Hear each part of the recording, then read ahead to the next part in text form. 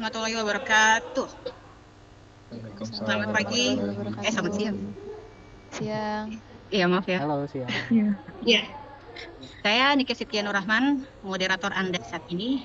Topik podcast yang menarik dan wajib disimak dan pastinya bermanfaat untuk nusa dan bangsa. Topik kali ini asik tapi tetap berbobot. Ada 4 topik. Yang pertama korupsi, kedua ketimpangan ekonomi, 3 pendidikan, dan yang terakhir adalah kesehatan. Nah, ada moderator, pasti ada narasumber yang pasti terpercaya dan tidak hoax kasih infonya. Langsung aja, yang pertama dari Direktorat Jenderal Sumber Daya Air ada Mas Rafael Daru Rahkita Jati. Ya, halo Mas. Halo. Halo Lalu, semuanya. ya, lalu yang kedua kemudian dari Dirjen Cipta Karya ada Mas Panji Giri Wisnu. Halo. Ya, halo Mas. Dan masih di Cipta Karya ada Mbak Raden Sekar Ajeng Anindya. Halo semua. Dan yang terakhir dari Badan Pengembangan Sumber Daya Manusia Mbak Mutia Anissa Ismi. Halo. Nah, kita kan mau bahas isu kontemporer di kalangan masyarakat. Tapi emang yang paling panas dan menguras emosi rakyat itu topiknya korupsi. Bahkan sampai ada liga korupsi, di mana para oknum pejabat yang culas saling bersaing untuk mendapat tahta tertinggi di liga korupsi ini. Ya, Mas Daru. Halo, Mas. Halo. Gimana Nah, Mbak Mas Niken kan, ini? ya, Gimana Mbak Niken? Alhamdulillah baik. Ya, Mas, ini kan korupsi akhir-akhir ini sedang tren banget. Nah, kalau menurut Mas Daru, kasus korupsi apa saja yang lagi ramai diperbincangkan saat ini? Ini tadi Mbak Niken bilangnya lagi ramai-ramai ya. Berarti kasus korupsi ramai itu kan sebenarnya konteksnya nggak baik ya. Tapi memang di 2 tahun terakhir ini ada kasus-kasus korupsi yang cukup membuat Indonesia ini cukup geger lah kalau bahasanya. Nah, yang pertama itu ada korupsi PT Timah. Mungkin kemarin udah tahu ada korupsi PT Timah ini aksirannya aja sampai 300 triliun. Angka yang cukup besar. Nah, korupsi ini berkaitan dengan isi tambang juga. Terus juga ada hasil produksi timah yang tidak dilaporkan sehingga tidak kena pajak dan juga tidak kena royalti. Nah, selain itu tuh yang di akhir 2024 sampai 2023 ini ada kasus yang sangat besar, yaitu dari perusahaan migas milik negara kita, yang tentu kita tahu namanya apa itu semua. Nah, perusahaan migas ini perusahaan yang paling besar di Indonesia, yang tersebar di seluruh provinsi bahkan kota di Indonesia. Nah, perusahaan migas ini terlibat dalam kasus korupsi tata kelola minyak mentah dari holding dari perusahaan itu atau anak perusahaan itu terkait dari korupsi itu. Nah, korupsi ini tuh dugaannya dari analisisnya itu sekitar 968,5 triliun. Wow, banyak itu sekali ya, Mas. Iya, banyak banget. Itu dari tahun 2018 sampai 2023. Nah, kalau dana sebanyak itu sebenarnya kalau dimanfaatkan untuk hal yang lain kan tentu bisa untuk yang hal lebih bermanfaat. Nah, seperti itu Mbak, kalau yang dari kasus yang terbesar dari 2 kasus terakhir. Ya. Nah, untuk kasus korupsi ini kan memang terlampau banyak ya, Mas. Nah, sebenarnya apa sih yang terjadi di balik semua itu? Kenapa kok bisa sampai marak sekali? Iya, tentu sangat banyak ya. Mulai dari, kalau kita bisa nyebutin banyak, ada EKTP, Jiwasraya, Garuda Indonesia juga ada juga mungkin Bank Senturi, dan masih banyak lagi. Nah, tidak hanya dari sisi pemerintah, tidak hanya dari sisi swasta juga ada juga dari BUMN seperti tadi perusahaan migas itu tadi. Sebenarnya itu faktornya itu banyak, ada yang dari diri sendiri, ada yang juga dari eksternal seperti itu. Baik. Nah, menurut Mas Daru, kenapa sih kasus korupsi masih banyak terjadi di Indonesia meskipun sudah banyak upaya pemberantasan? Tentunya tadi sudah sempat saya singgung, yang pertama ada internal sama eksternal. Internal itu sebenarnya kalau kita tahu ya dari dalam diri kita sendiri. Nah, yang pertama dari diri kita sendiri, ada yang mungkin gaya hidupnya hedon, ada juga dari kerakusan. Nah, kita ingat lagi tadi dari perusahaan migas yang disebutkan, gaji dari petingginya aja itu ditaksir sampai hampir 2 miliar. Nah, itu sebenarnya kan angka yang cukup besar untuk gaji di sebuah ya, perusahaan. Iya, banyak kali banget lipat kan. gaji saya itu. Kerja kita sebenarnya itu. Berapa kali lipat kerja kita atau berapa tahun kerja kita. Nah, itu ya itu sifatnya serakah tamak itu muncul dari diri sendiri. Ada juga dari gaya hidupnya hedon. Terus ada juga dari eksternal. Eksternal itu mulai dari mungkin punya istri, punya anak, itu maunya mungkin mobilnya Porsche atau maunya mobilnya McLaren. Nah, itu menjadi dorongan nih, Pak beliin ini dong, Pak beliin ini. Nah gajinya kurang cukup tuh. Nah, akhirnya korupsi. Ada juga lagi yang tentunya masih kita sayangkan, yaitu dari peraturan pemerintah yang tentunya kurang berpihak terhadap uh, korupsi ini. Nah, masih banyak celah dari peraturan yang bisa dimanfaatkan oleh para koruptor seperti itu. Desakan atasan juga kali ya? Iya bisa. Nggak bisa nolak. Pengalaman atau gimana itu ya, Mbak? Nggak. Nah, oke. Nah, kalau saya tanya yang lain juga kali ya. Kalau menurut Mbak Ajeng untuk isu korupsi seperti apa ya, Mbak? Ya, tadi itu kan udah disampaikan sama Mas Daru ya, kalau isu-isu korupsi besar yang terjadi itu ada di sektor yang krusial bagi negara, dan kejadiannya pun cukup lama tadi ya, 2018 sampai 2023 apa ya itu? Sekitar 5 tahun tuh kan lama tuh. Jadi apa ya, dengan sektor sepenting itu juga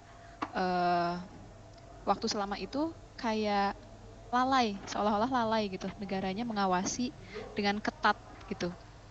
Karena sayang banget jadinya itu publik hilang kepercayaan terhadap perusahaan-perusahaan tadi, sama juga ke negara gitu sebagai penegak hukumnya. Jadi ya menurutku harusnya emang ada hukuman berat ya bagi aktor utamanya gitu, bukan cuma kayak bawahannya aja yang dihukumnya. Jadi kalau udah kayak gitu tuh harusnya bisa lah publik percaya lagi sama perusahaan-perusahaan tadi, sama juga ke negara ini. Itu sih kalau dari saya.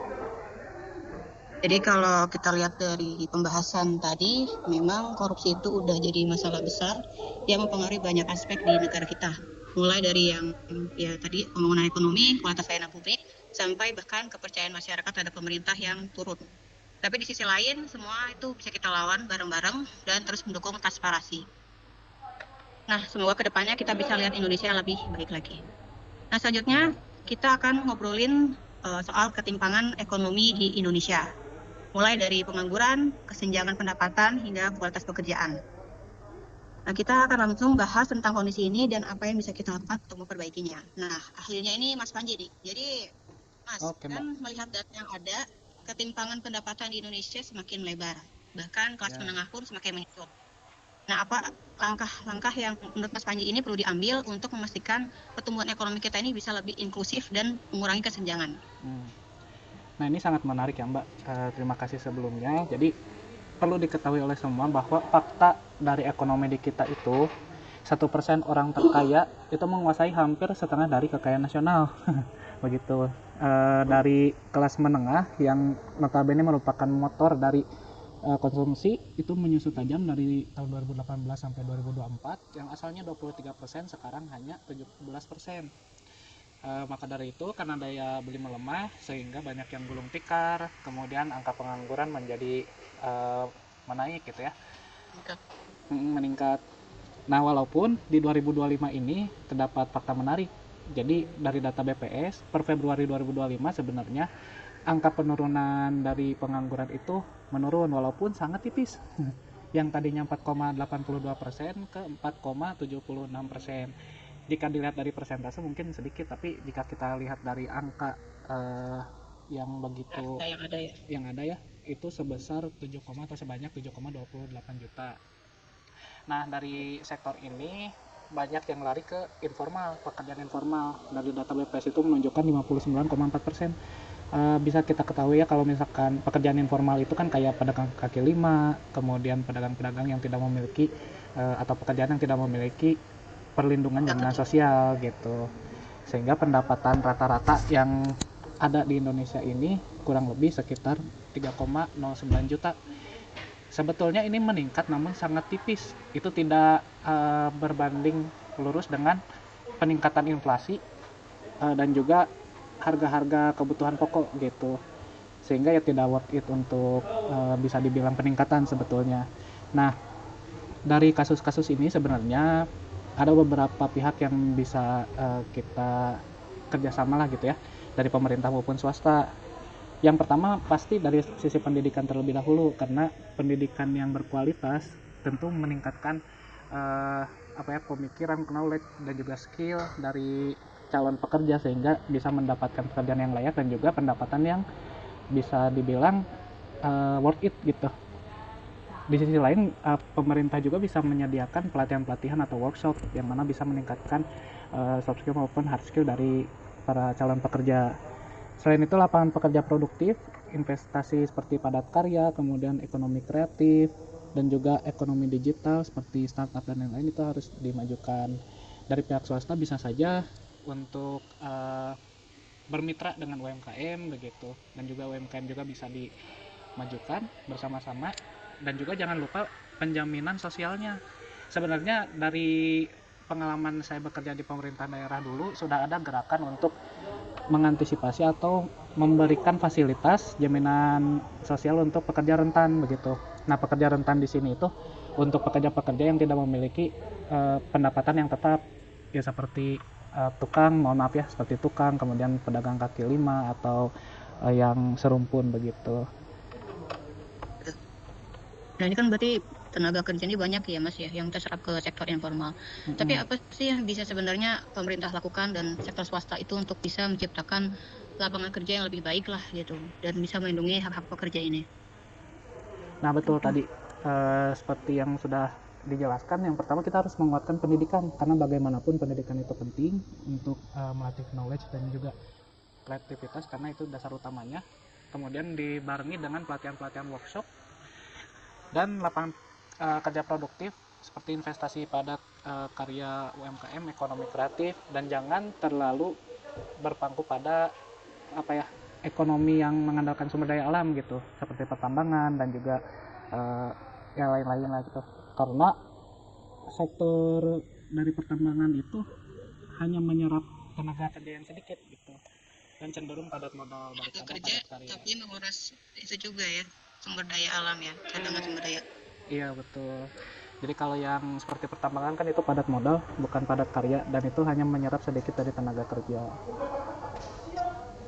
Oke, bagus sekali Mas. Nah, kalau menurut Mbak Mutia nih Mbak, bagaimana tanggapannya Mbak terkait isu ketimpangan ekonomi saat ini? Baik, terima kasih Mas Panji, Mbak Niken. Kalau menurut saya itu dari data-data yang disebutkan dari Mas Panji tadi itu tuh sangat menunjukkan kalau pertumbuhan ekonomi kita tuh emang belum inklusif, di mana kelas menengah itu aja menyusut, banyak pekerja terserap oleh sektor informal dan upah yang tidak sebanding dengan biaya hidup. Seperti tantangan utama bukan hanya sekedar untuk menjaga pertumbuhan dari 5% tersebut, tetapi kita juga mesti harus memastikan manfaatnya juga merata lewat menciptakan lapangan kerja yang layak, penguatan UMKM serta sadar padat karya yang disampaikan oleh Mas Panji untuk menjaga daya beli masyarakat untuk agar kembali pulih seperti itu, sehingga ekonomi negara kita juga semakin membaik seperti itu. Dari pembahasan tadi bisa kita lihat ya bahwa pengangguran dan ketimpangan ekonomi itu memang saling berkaitan. Dari masalah lapangan kerja yang terbatas, terutama di daerah-daerah tertentu, itu jadi penyebab utamanya. Nah, tapi kita juga nggak bisa lupa kalau solusi dari semua ini butuh peran banyak pihak, bisa mulai dari pemerintah sendiri, sektor swasta, bahkan sampai masyarakat. Yang pastinya dengan pendidikan yang lebih baik dan peluang kerja yang lebih merata bisa mengurangi ketimpangan ekonomi yang ada. Nah, oke, nah selanjutnya untuk topik yang ketiga ya, ini kita akan bahas terkait masalah pendidikan di Indonesia. Dari infrastruktur yang masih kurang, gaji guru yang belum memadai, bahkan dibilang beban, kemudian hingga kurikulum yang terus berubah. Nah, tanpa basa-basi lagi ya, kita langsung tanya saja ke narasumber kita yang cantik, mungkin yang lebih paham isu ini ya, ke Mbak Ajeng ya. Ya, Mbak Ajeng, kan Mbak? Oke. Nah, dengan kondisi infrastruktur dan fasilitas sekolah yang masih banyak ketimpangannya, terutama ya di daerah 3T ya, tertinggal, terdepan, dan terluar. Bagaimana sih menurut Mbak Ajeng kita bisa memastikan bahwa kurikulum baru yang ya coding atau AI itu bisa diterapkan tanpa memperburuk ketimpangan yang sudah ada? Oke, pertanyaannya ini bagus banget ya. Jadi kita balik dulu deh ya ke ngebahas tentang infrastruktur pendidikan di Indonesia ini. Jadi dari data yang saya dapatkan itu dari BPS di tahun 2024 itu terdapat lebih dari 12.000 sekolah dasar dengan kondisi rusak. Terus selain itu juga akses internet itu masih belum terdistribusi secara rata, apalagi di daerah 3T itu kan. Nah, untuk masuk ke kurikulum terbaru itu, kurikulum nasional 2025, nanti akan ada membahas tentang coding dan AI di SD, SMP, dan SMA. emang menurut saya itu bagus sekali ya. Jadi anak-anak sekolah itu bukan cuma tahu cara pakai gadget gitu, bukan cuma melek digital aja, tapi bisa paham juga cara membuatnya gitu dan kegunaan untuk prospek kerja ke depannya. Nah, tapi kondisi infrastruktur dan fasilitas sekolah ini tuh kan masih banyak ketimpangan dan kekurangan ya. Jadi menurut saya nih ya, eh, kenapa kita tidak fokus dulu di hal-hal mendasar, kayak membenahi infrastruktur dulu gitu, baru bisa masuk ke kurikulum yang sangat digitalisasi ini gitu. Itu sih yang sangat disayangkan gitu. Sudah berpikiran visioner baik memang seperti itu, tapi ya yang hal mendasarnya jadi kayak seolah-olah terlupakan gitu ya. Itu sih kalau dari saya. Ya Mbak. Sama ini Mbak, kan gaji guru itu rendah ya, seperti kita tahu, dan terdapat ketidakmerataan distribusi guru, terutama di daerah terpencil. Itu masih menjadi masalah besar saat ini. Menurut Mbak Ajeng, apa sih yang perlu dilakukan pemerintah untuk bisa menjamin kesejahteraan guru agar mereka bisa bekerja dengan optimal dan mau ditempatkan di daerah yang kekurangan tenaga pengajar? Ya betul, gaji guru ini juga tuh hal yang krusial juga ya untuk pendidikan. Karena selain infrastruktur, yang mendasarnya juga itu pengajarnya, yaitu gurunya. Nah, kalau dilihat itu sekarang masih banyak tuh sering dapat berita berseliweran guru-guru honorer belum dapat gaji yang layak, sampai kayak ada yang di kisaran 200.000 gitu ya per bulannya. Sampai akhirnya nyebut diri itu hororer, bukan honorer, karena gajinya tuh horor gitu. Nah, tapi selain yang horor jumlah gajinya itu, persebarannya juga yang gak merata.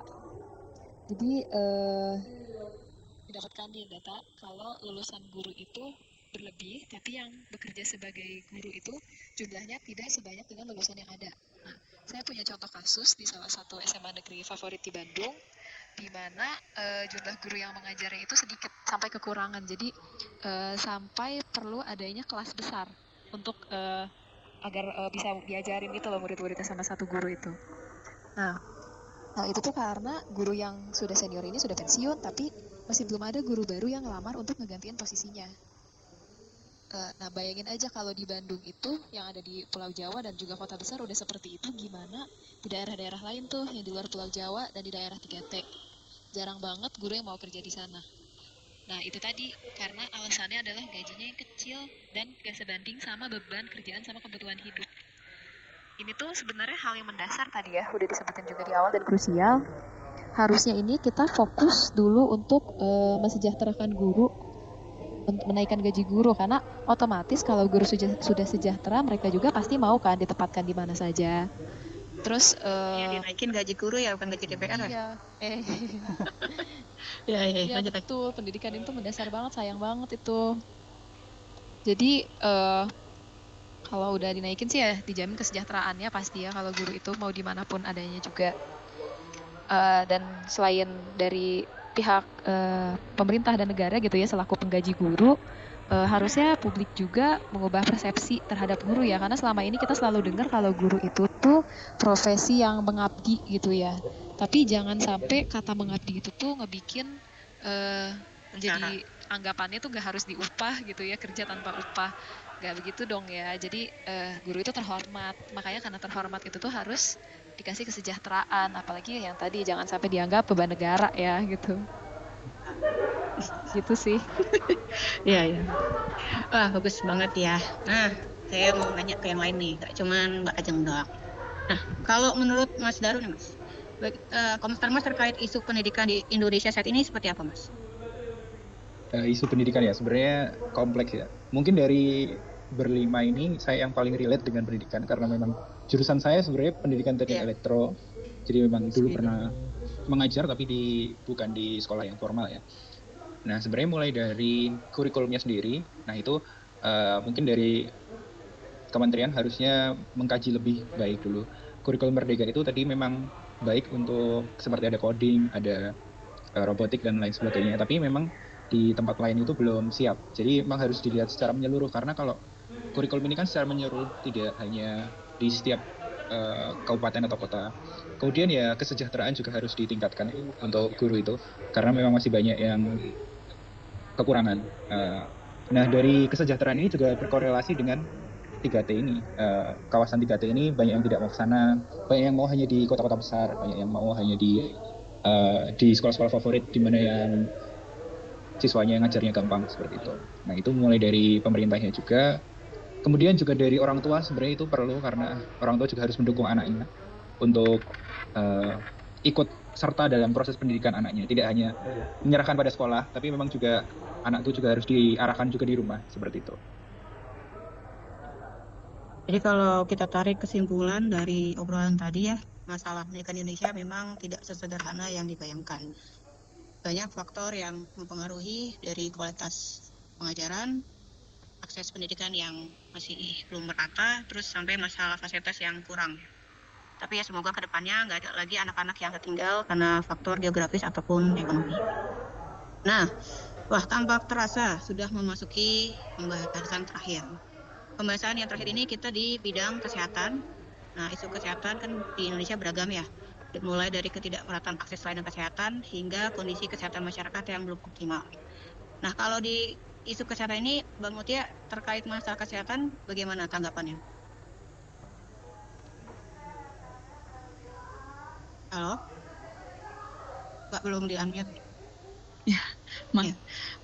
baik, terima kasih Mbak Niken. Kalau menurut saya di bidang kesehatan itu memang ada perkembangan positif dalam indikator kesehatan seperti stunting yang menurun menjadi 19,8% dibandingkan tahun 2024. Namun penurunan ini belum merata di antara daerah yang ada di Indonesia. Nah, distribusi yang timpang ini menunjukkan bahwa kemajuan belum dinikmati oleh seluruh wilayah.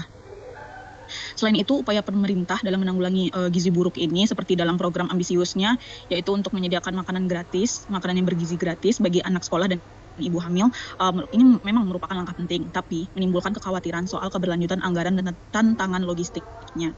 Nah, untuk secara keseluruhan, kondisi Indonesia saat ini menampilkan dinamika dan ada sinyal optimisme dari penurunan stunting sendiri. Tetapi tantangan distribusi dan anggaran besar seperti program makanan gratis mengingatkan kita bahwa sistem perlu diperkuat agar manfaatnya benar-benar inklusif dan berkelanjutan. Selain itu tuh, untuk menanggulangi tantangan kesehatan di Indonesia ini yang cukup kompleks ini, ada beberapa tantangan yang yang menjadi PR oleh pemerintahan kita gitu, Mbak.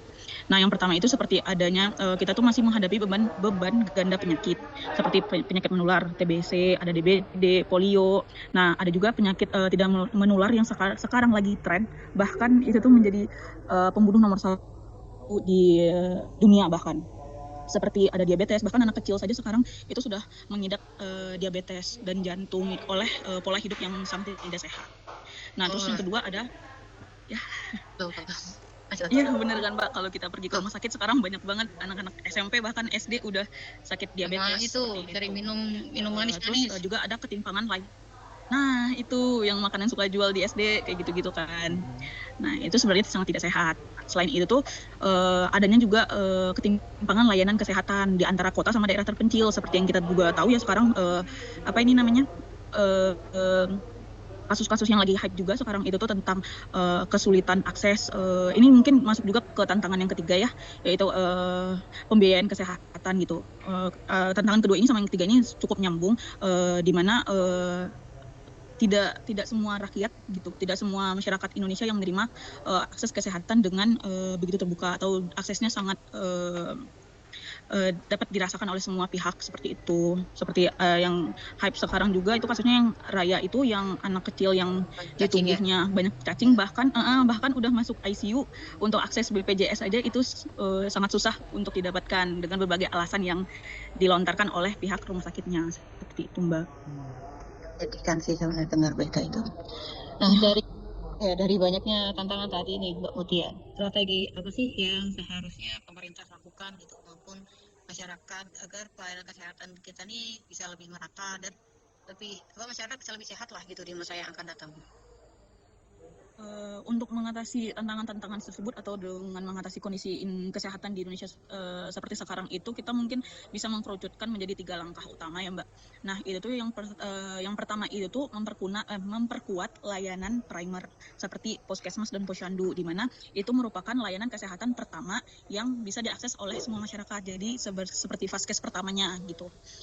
Di mana di sini tuh bisa dilakukan pencegahan yang paling efektif untuk pemantauan gizi anak, edukasi masyarakat, hingga screening dini untuk penyakit-penyakit yang berpotensi menular maupun tidak menular seperti itu. Nah, yang kedua itu tuh kita harus berinvestasi pada sumber daya manusia, yaitu kesehatan di bidang kesehatannya. Kita tidak hanya menambah jumlah dokter, perawat, bidan atau tenaga gizi, tetapi kita juga harus menambah kualitasnya dengan adanya pelatihan berkelanjutan gitu. Kalau tenaga kesehatan kita bisa lebih merata di seluruh daerah, nah otomatis pelayanan publik di bidang kesehatan di Indonesia juga akan merata dan membuat kesehatan masyarakat lebih meningkat seperti itu.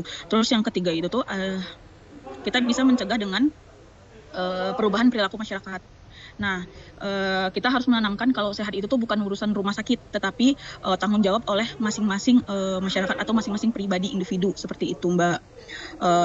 Terus kita juga bisa untuk mengkampanyekan bagi masyarakat untuk selalu berolahraga setiap hari meskipun itu hanya 5 menit seperti itu. Gitu, Mbak. Terima kasih banyak Mbak Mutia, sangat insightful. Nah, terkait masalah kesehatan di Indonesia saat ini, untuk Mas Panji, bagaimana tanggapannya Mas? Ya, terima kasih Mbak Niken dan juga Mbak Muti. Sebenarnya ini cukup menarik karena dari jaminan kesehatan sebenarnya sudah ada ya dengan BPJS, walaupun di beberapa daerah masih kesulitan, terutama di pedalaman dan juga perbatasan gitu. Nah, dari kasus stunting tadi yang sudah dijelaskan, sebenarnya itu sudah ada penurunan, namun masih jauh dari target WHO.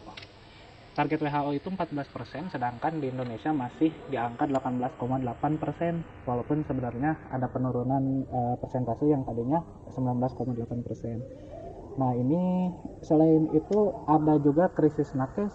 Jadi memang betul tadi kata Mbak Muti, harus juga ditingkatkan kualitas SDM-nya, namun dari segi kuantitas pun sebenarnya masih kekurangan, karena dari WHO sendiri itu ditetapkan 1/1000 penduduk, 1 dokter per 1000 penduduk, sedangkan di kita masih 0,47 per 1000 penduduk, jadi masih ada kekurangan, terutama di daerah 3T yang terpencil gitu dan di pedalaman. Nah, langkah dari pemerintah sebenarnya bisa memberikan insentif untuk nakes yang mau melanjutkan karirnya di pedalaman seperti itu. Selain itu bisa pemerataan akses juga dan juga layanan kesehatan, walaupun itu sudah dilakukan juga, ada namanya DAK, dana alokasi khusus dari pemerintah pusat ke daerah, itu selalu ada tiap tahun. Kemudian program gizi nasional yang mana sudah dijalankan ya, ada MBG ya Mbak ya, itu sudah bisa untuk mengatasi sedikitnya dari kasus stunting, walaupun menurut saya pribadi harus dikaji ulang untuk dari sisi penerimanya gitu, apakah yang di kota pusat kota disamakan dengan pusat terpencil, karena yang terpencil itu kan jelas lebih membutuhkan gitu ya. Dan juga ada pendapat-pendapat lain yang mana sebenarnya di pusat kota itu tidak terlalu membutuhkan dari program MBG ini gitu, sehingga bisa dialokasikan ke yang lain seperti itu. Nah, dari PU sendiri sebenarnya kita bisa berkontribusi juga untuk mengatasi stunting dengan cara perbaikan akses air bersih, kemudian dari sanitasi kita bisa perbaiki itu. Begitu Mbak Niken. Keren Mas Panji. Ya, baik. Jadi setelah ngobrol tadi bisa disimpulkan kalau masalah kesehatan di Indonesia ini masih menjadi PR yang besar, terutama soal akses yang tidak merata antara kota dan daerah terpencil. Kesehatan itu nggak cuma soal pengobatan, tapi juga pencegahan dan fasilitas yang harus tersedia untuk semua orang. Tentunya butuh kerjasama antara pemerintah, tenaga medis, dan juga masyarakat. Alright, itu dia obrolan kita kali ini guys. Semoga apa yang dibahas tadi memberikan insight baru dan membuat kita semua lebih sadar akan isu penting yang ada di sekitar kita. Ya, terima kasih banyak buat Mas Daru, Mas Panji, Mbak Ajeng, dan Mbak Mutia yang sudah meluangkan waktu dan berbagi ilmu. Juga buat kalian yang sudah dengerin sampai akhir, terima kasih banget. Jangan lupa untuk terus berpikir kritis, tetap peduli, dan tentu saja jaga diri. Sampai ketemu di episode selanjutnya. Stay safe, stay positive, and have a great day. Bye-bye. Bye. Bye.